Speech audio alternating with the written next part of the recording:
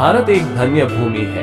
यदि हम भारत के इतिहास की आध्यात्मिक दृष्टि से समीक्षा करें तो पता चलता है कि एक महापुरुष ने अवतरित होकर भारत में धर्म के क्षेत्र में एक युग की स्थापना की। श्री श्री ठाकुर के अनुकूल चंद्र ऐसे महापुरुष थे जिन्होंने कर्म को धर्म के साथ जोड़ दिया।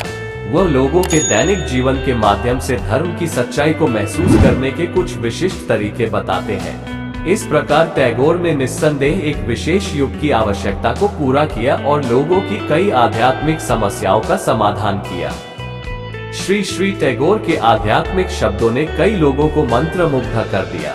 वे सभी आज भी समान रूप से प्रासंगिक हैं। वे देवघर में सत्संग के संस्थापक थे। मिट्टी का शरीर मिट्टी के बिना मिट्टी ही होगा, ऐसा कोई नियम नहीं है।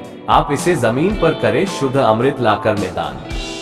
यदि कोई आपकी निंदा करे, परंतु इस बात का ध्यान रखे कि आपके चरित्र में किसी भी प्रकार से निंदनीय बात स्थापित न हो, तो निंदा तुरंत विफल हो जाएगी। अशिक्षितों को शिक्षित करना आसान है, अशिक्षितों के लिए शिक्षक बनना कठिन कार्य है, सीधे नहीं। आप अगले को कितना भी दोष दो, अपनी गलती से बचने के लिए उसे ही दोषी ठहराओगे, उसे आगे बढ़ने नहीं दोगे।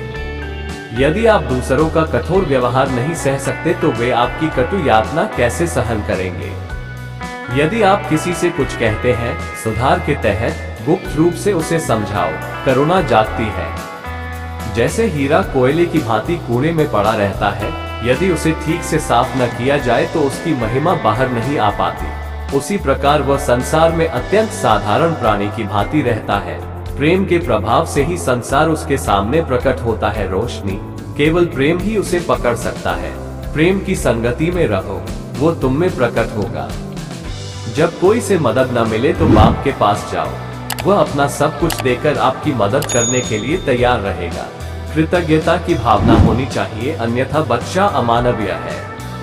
आपका मन जितना शुद्ध होगा, आपकी आंखें उतनी ही शुद्ध होंगी और दुनिया आपको उतनी ही शुद्ध दिखाई देगी।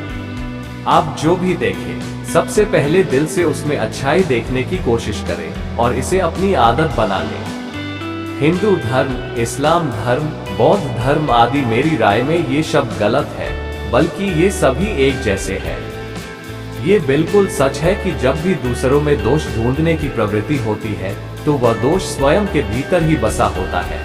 आगे की हलचल के बिना ओए यदि पाप वृत्ति को तोड़ा और साफ किया जाएगा तभी मोक्ष मिलेगा, अन्यथा सब कुछ नष्ट हो जाएगा। अगर खुशी या गम आपको नहीं रोकेंगे तो आप मंजिल तक जरूर पहुंचेंगे, इसमें कोई शक नहीं। शांत रहें लेकिन निडर रहें, सरल बनो लेकिन मूर्ख मत बनो, तो कमजोर दिल मत बनो। विवेक का अनुयायी बनो, सौभाग्य की प्राप्ति होगी। आप लाख कहानियां सुनाएं, लेकिन वास्तविक प्रगति के बिना आपको कभी भी वास्तविक खुशी नहीं मिलेगी।